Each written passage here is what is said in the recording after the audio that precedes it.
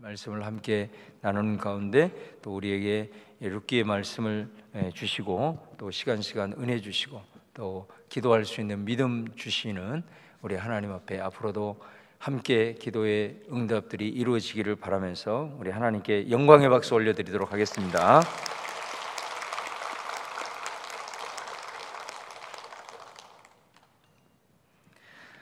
제가 담임 목회를 시작을 하면서 성경 말씀을 깊이 있게 연구하는 것도 중요하지만은 성도들이 어떤 상황에 처해 있는지 또 어떤 마음을 품고 있는지 어떤 생각을 갖고 신앙생활을 하고 있는지의 중요성이 얼마나 중요하다라는 것을 신방을 하면서 깨닫게 되었습니다.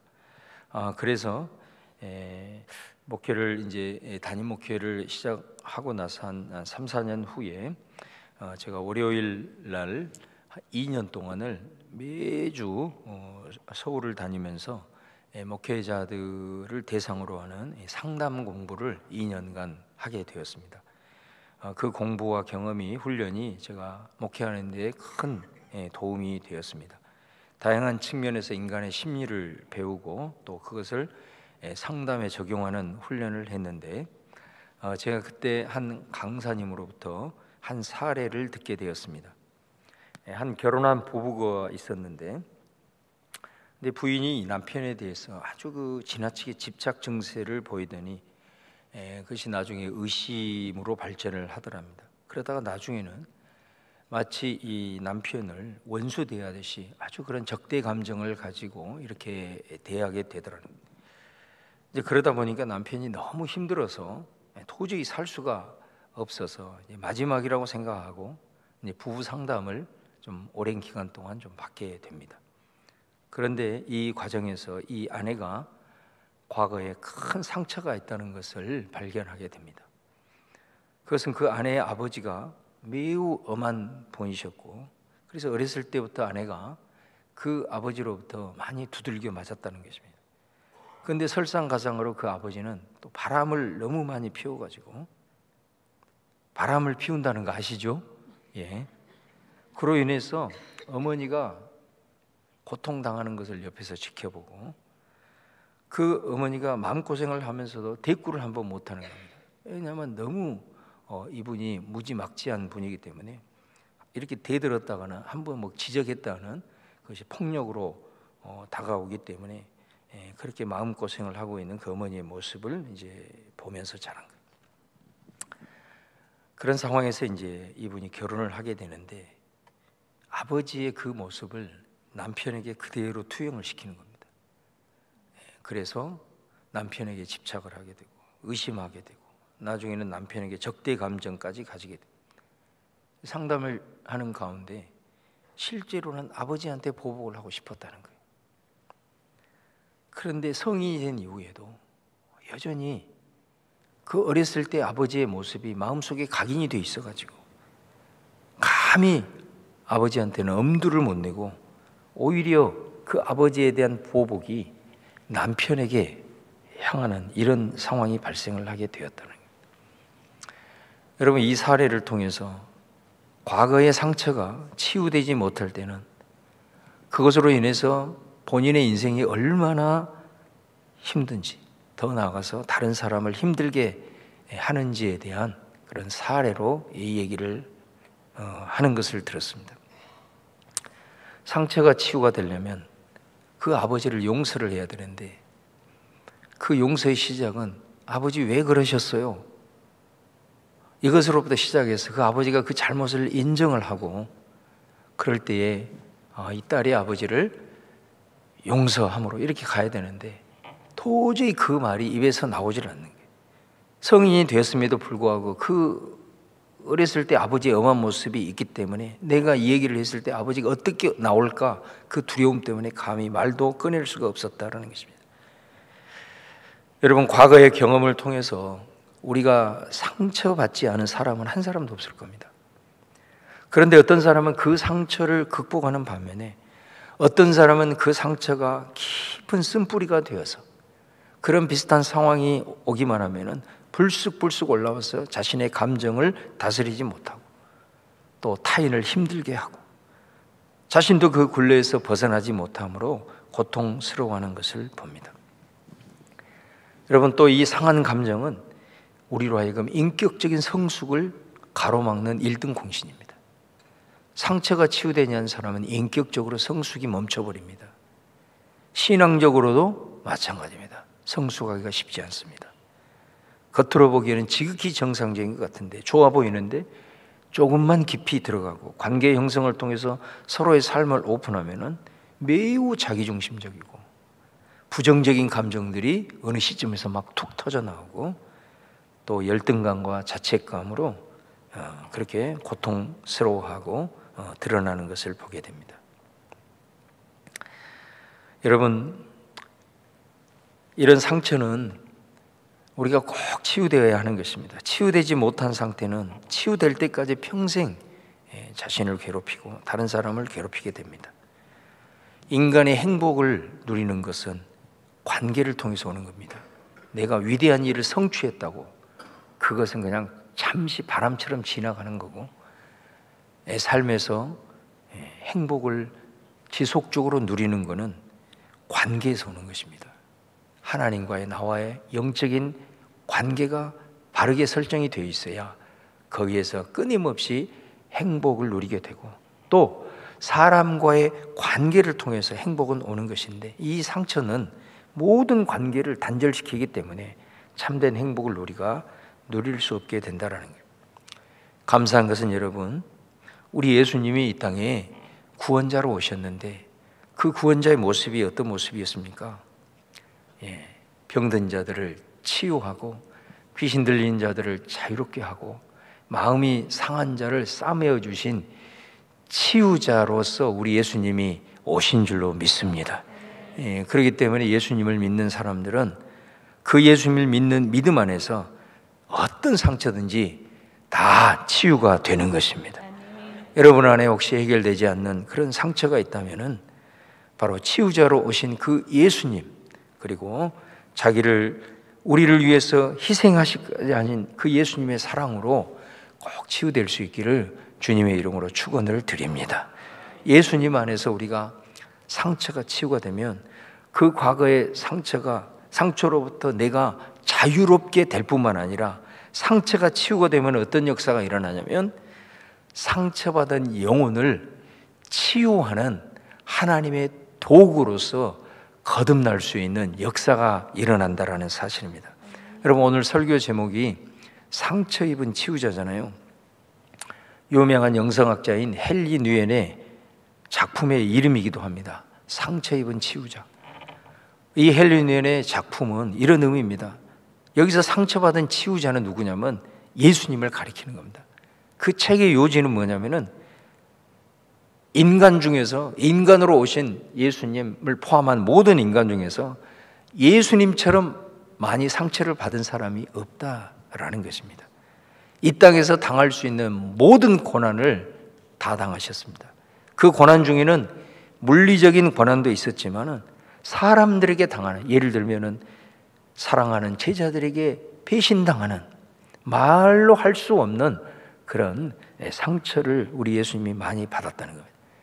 그러나 그 예수님은 그 누구에 의해서 치유되는 것이 아니라 모든 하루 수많은 사람들을 만나고 또 그 관계 속에서 상처를 받는 그 예수님은 하나님의 나라 사역을 위해서 새벽 미명에 늘 먼저 하나님과의 울부짖는 간구와 기도를 통해서 하나님의 사랑으로 치유가 되었다. 그래서 결국은 우리 예수님은 모든 상처받은 자들을 치유하고 회복시키는 진정한 치유자로 거듭났다라고 하는 것이 이 책의 요지입니다. 우리 안에 살아가면서 상처받지 않고 사는 사람은 서두에서 말씀드린 한 사람도 없습니다. 여러분, 그러나 우리 예수님처럼 또 예수님을 믿는 사람들이 치유자로 오신 예수님을 만남으로 그 상처가 치유될 때 그 사람은 자신이 그 상처로부터 자유로울 뿐만 아니라 예수님처럼 이렇게 위대한 치유자로서 삶을 살아갈 수 있다는 것, 바로 우리 예수님을 통해서도 잘 볼 수 있고, 오늘 우리가 룻기를 마무리하는 과정에서 이 보아스라는 사람을 통해서도 이 사실을 확인할 수 있습니다. 보아스는 우리가 지금까지 살펴본 대로 예수님의 거의 모형과도 같은 인물입니다. 그는 고엘이라고 그러죠. 고엘이라는 건 대속자, 구속자라는 그런 의미라고. 그러니까 이 보아스를 보면은 자기에게는 유익도 없고 어떻게 보면 손해만 있는 상황이지만 이 사람이 나오미나 룻을 통해서 흘려주는 것을 보면 얼마나 마음이 따뜻하고 타인을 이렇게 불쌍히 여길 줄 아는, 정말 말 그대로 예수님을 많이 닮은 그런 사람입니다. 어떻게 이렇게 보아스는 이런 훌륭한 인격자로 성숙한 신앙인으로 살아갈 수 있었을까? 궁금하지 않을 수 없는 거예요. 하늘에서 이 사람이 뚝 떨어진 사람인가 싶을 정도로 보아스를 보면은 감동하고 감탄 그 자체라고 할 수 있습니다. 여러분, 오늘 룻기를 마무리하면서 마지막에 족보가 나오잖아요. 근데 이 족보를 보면 우리가 나비 효과라는 그런 말이 떠오르게 됩니다. 여러분, 나비 효과라는 게 뭡니까? 이 서울에서 나비가 날개짓을 한 번 했는데 그 날개짓이 지구 반대편 미국에 도달하면 거대한 허리케인이 된다라는 의미가 나비 효과라는 말 아니겠습니까? 한 작은 도시였던 베들레헴에서 일어난 이 룻과 나오미 그리고 보아스의 이 작은 날개짓이 4대가 지나서 이스라엘의 왕조를 세우는 다윗이 4대 만에 나오더라는 거예요. 룻기 4장 21절 22절을 보시면은 살몬은 보아스를 낳았고 보아스는 오벳을 낳았고 오벳은 이새를 낳았고 이새에서는 다윗을 낳았더라. 이게 말 그대로 엄청난 나비 효과라고 할 수 있습니다. 그런데 여러분, 여기서 끝나지 않습니다. 여기에서부터 수백 년이 지나 수천 년이 지나 이 작은 날개짓은 이제 허리케인을 넘어서 온 우주의 역사를 뒤바뀌는 사건으로 발전이 됩니다. 그게 마태복음 1장 5절에서 6절을 보시면 살몬은 라합에게서 보아스를 낳고 보아스는 룻에게서 오벳을 낳고 오벳은 이새를 낳고 이새는 다윗 왕을 낳으니라. 그 후로부터 7절, 8절, 9절 쭉 족보가 나오는데 그 족보의 끝이 어디냐? 마태복음 1장 16절 말씀에 야곱은 마리아의 남편 요셉을 낳았으니 마리아에게서 그리스도가 칭하는 예수가 나시니라. 여러분, 이 예수님이 오시는 우주적인 역사가 바로 이 보아스로부터 출발하고 있다는 놀라운 사실입니다. 그 말대로 보아스는 예수님의 모형일 뿐만 아니라 예수님의 육신의 실제적인 조상이 되었습니다. 그의 이 아름다운 모습, 연약하고 가난한 이들을 불쌍히 여기고 그들을 대신해서 온갖 손해를 감수하는 모습, 부자이면서도 자신의 부를 가지고 가장 선한 일에 사용하는 진정한 치유자의 삶을 살았던 것을 보게 됩니다. 구약 중에서 가장 예수님을 닮은 사람 중에 한 사람이 되었더라. 어떻게 이런 넉넉하고 성숙한 인격자가 될 수 있었을까? 어떻게 이런 연약한 이들을 품어주고 싸매어주고 회복시켜주는 치유자로서 살게 되었을까? 사실은 여러분, 놀랍게도 이 보아스는 가장 큰 상처를 갖고 태어났고 자랐던 사람입니다. 보아스는 그 누구보다도 상처가 많은 사람이었어요. 그래서 저는 오늘 설교 제목을 바로 보아스에게 붙이고 싶은 거예요. 보아스의 아버지가 살몬이라고 그랬잖아요. 족보에 보면은 보아스의 어머니가 누구로 나와 있습니까? 보아스의 어머니 라합입니다. 라합이 여러분 누구죠? 여호수아 2장 1절 눈의 아들 여호수아가 시딤에서 두 사람을 정탐꾼으로 보내며 이르되 가서 그 땅과 여리고를 엿보라 하며 그들이 가서 라합이라 하는 기생의 집에 들어가 거기서 유숙했다. 보아스의 어머니는 첫 번째로는 이방인입니다.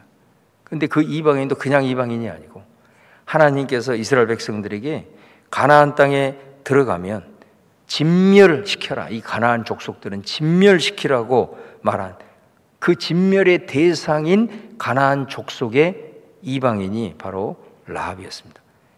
그리고 그녀는 기생이었습니다. 여리고 성문 곁에서 오고 가는 외지인들을 대상으로 술을 팔고 몸을 팔았던 기생이라 이 말이에요.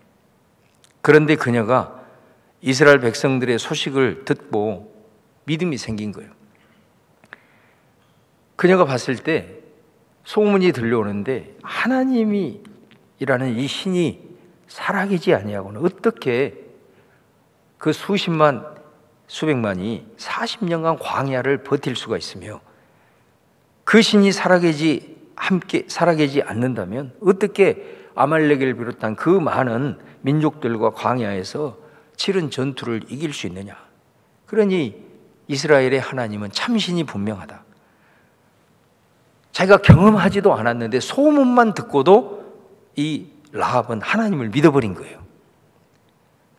이 믿음이 거짓이 아니다라는 것을 정탐꾼이 들어와서 이스라엘에서 보낸 사람임을 알고 자기의 목숨을 내놓고 더 나아가 자기 가족의 전체 목을 내놓고 그 이스라엘 정탐꾼을 실제로 숨겨줍니다. 그러니까 이거는 하나님에 대한 믿음이 없으면 이거는 불가능한 일이에요. 그러니까 그 믿음의 행위로서 결국은 이방인이었고 기생이었지만은 그녀와 그녀의 가족은 여리고가 멸망할 때 살아남게 됩니다. 그리고 이스라엘에 편입이 됩니다. 매우 특이한 상황이라고 할 수 있습니다. 그녀가 이스라엘 민족에 편입이 되었지만 실제로 여러분 그녀의 과거가 완전히 극복되었을까요? 아마 그녀는 끊임없이 이방인이고 과거가 있는 여인이라는 것이 주홍 글씨처럼 따라다녔을 겁니다. 당시에는 존재감도 없는 살몬이라는 남자가 이 기생 라합과 결혼했지만 아마 사람들의 따가운 시선을 감내해야만 했을 겁니다. 이 라합과 살몬 사이에서 태어난 아들이 본문의 보아스란 말이에요. 보아스는 어땠을까요? 충분히 짐작하고도 남습니다. 어머니 라합은 이미 이스라엘에서 유명인사가 되어 진멸당한 이방인이 살아남았다. 그런데 그녀는 기생 출신이다. 이미 여리고 전투를 통해서 이 기생은 이스라엘 사람들이 모르지 않을 사람이 없을 정도의 인물이 되었다라는 게. 그러면 그 아들이 보아스라고 한다면 여러분 보아스는 어렸을 때부터 그것이 상처가 되지 않았겠어요? 사람들이 다 성숙한 인격자가 아닌 이상 아마 보아스는 그 얘기를 수없이 간접적으로든 직접적으로든 듣고 살았을 거라. 여러분 이 어리은 보아스가 자라나면서 이로 인해서 받은 그 상처의 크기는 이 말씀을 듣고 있는 여러분 모두가 다 공감할 수 있으리라고 여겨집니다. 그런데 여러분 보아스는 그 상처를 극복했어요. 상처를 극복하지 않고는 이런 훌륭한 인격, 마치 예수님을 보는 듯한 헤세드로 충만한 모습이 절대로 나올 수가 없다는 겁니다. 그렇다고 한다면 우리는 이 보아스는 말 그대로 상처 입은 치유자라고 말씀드릴 수 있습니다. 그가 받은 상처가 치유되자 실패와 절망 가운데 패배자로 돌아왔던 이 나오미를 바라보는 시선이 달라집니다. 그리고 그와 함께 온 룻에 대해서는 어땠을까요? 자기 어머니와 너무 비슷한 사람인 거죠. 이방 여인이고 과부라는 딱지가 붙어 있고 이 룻을 바라봤을 때 불쌍한 그 자기의 그 어머니 라합이 여러분 생각났을까요? 보아스가 나오미와 이 룻을 품고 그토록 은혜를 베풀 수 있었던 것은 자신의 어머니로 인하여 받아야 했던 상처와 서름이 이제는 그런 영혼들을 위로하고 치유하는 사명으로 거듭난 줄로 믿습니다. 여러분 상처가 치유되지 않으면 그 염증으로 인해 그것이 더 커지고 더 깊어지잖아요. 그리고 번지면서 결국은 치유되지 않는 상처는 중병으로 이어집니다. 그러나 상처는 우리 대부분 치유가 되잖아요. 우리 어렸을 때도 대충 이렇게 상처가 있으면 악가전기 바르면 다 치유가 되잖아요. 상처는 대부분 다 치유가 되어 있습니다. 되게 됩니다.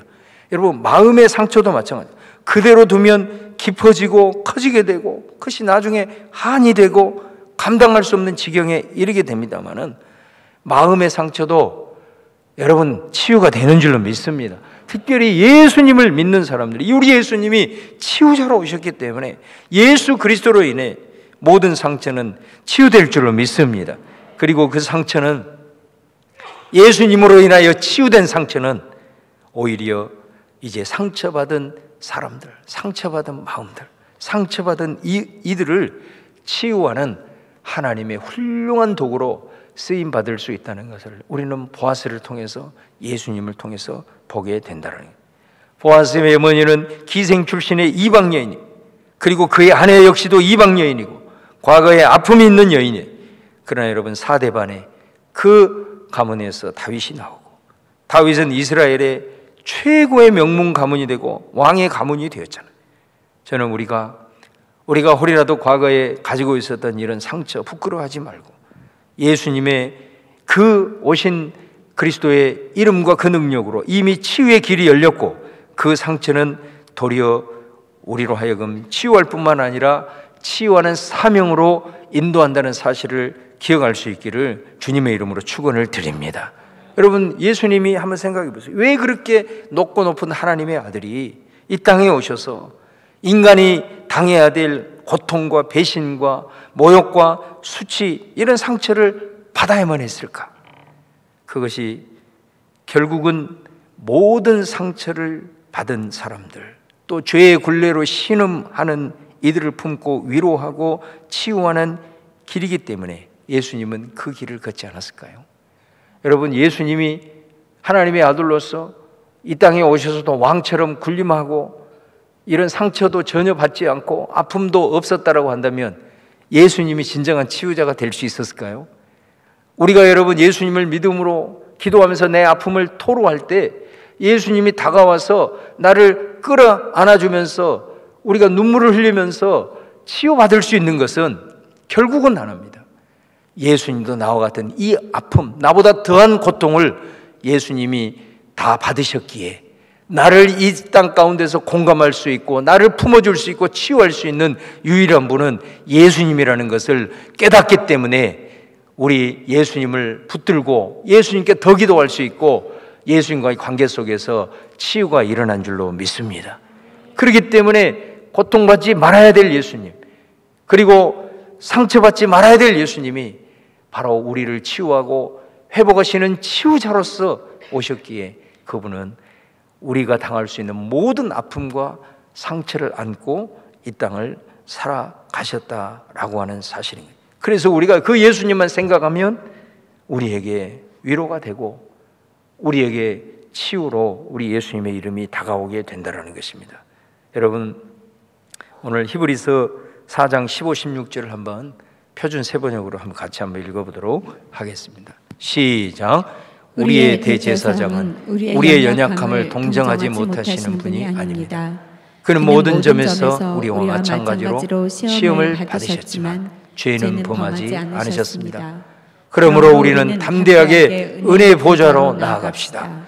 그래서 우리는 자비를 받고 은혜를 입어서 제때에 주시는 도움을 받도록 합시다. 할렐루야. 오늘 특별 새벽 부흥성회를 우리가 마무리하면서 혹이라도 상처를 두려워하거나 상처로 신음하고 있는 분들이 있다면 오늘 이 룻기의 말씀과 히브리서 이 말씀을 꼭 부여잡고 나아가는 여러분 되시기를 바랍니다. 여러분, 상처는 치유자로 세우기 위한 가장 강력한 도구가 되고 기회가 될 수 있습니다. 우리 예수님은 말씀 가운데 우리 사이를 늘 예배 가운데 운행하신다고 요한계시록에서 말씀하고 있습니다. 그 예수님이 오늘 이 시간에 기도하는 가운데 우리 사이를 거니시면서 오늘 여러분을 만져주시기를 바랍니다. 치유의 은혜가 있기를 축원을 드립니다. 특별히 상처로 인해 고통받는 그런 이들을 치유하는 그런 보아스로 오늘 이 시간 새롭게 거듭나는 우리 성도님들 다 되시기를 주님의 이름으로 축원을 드립니다.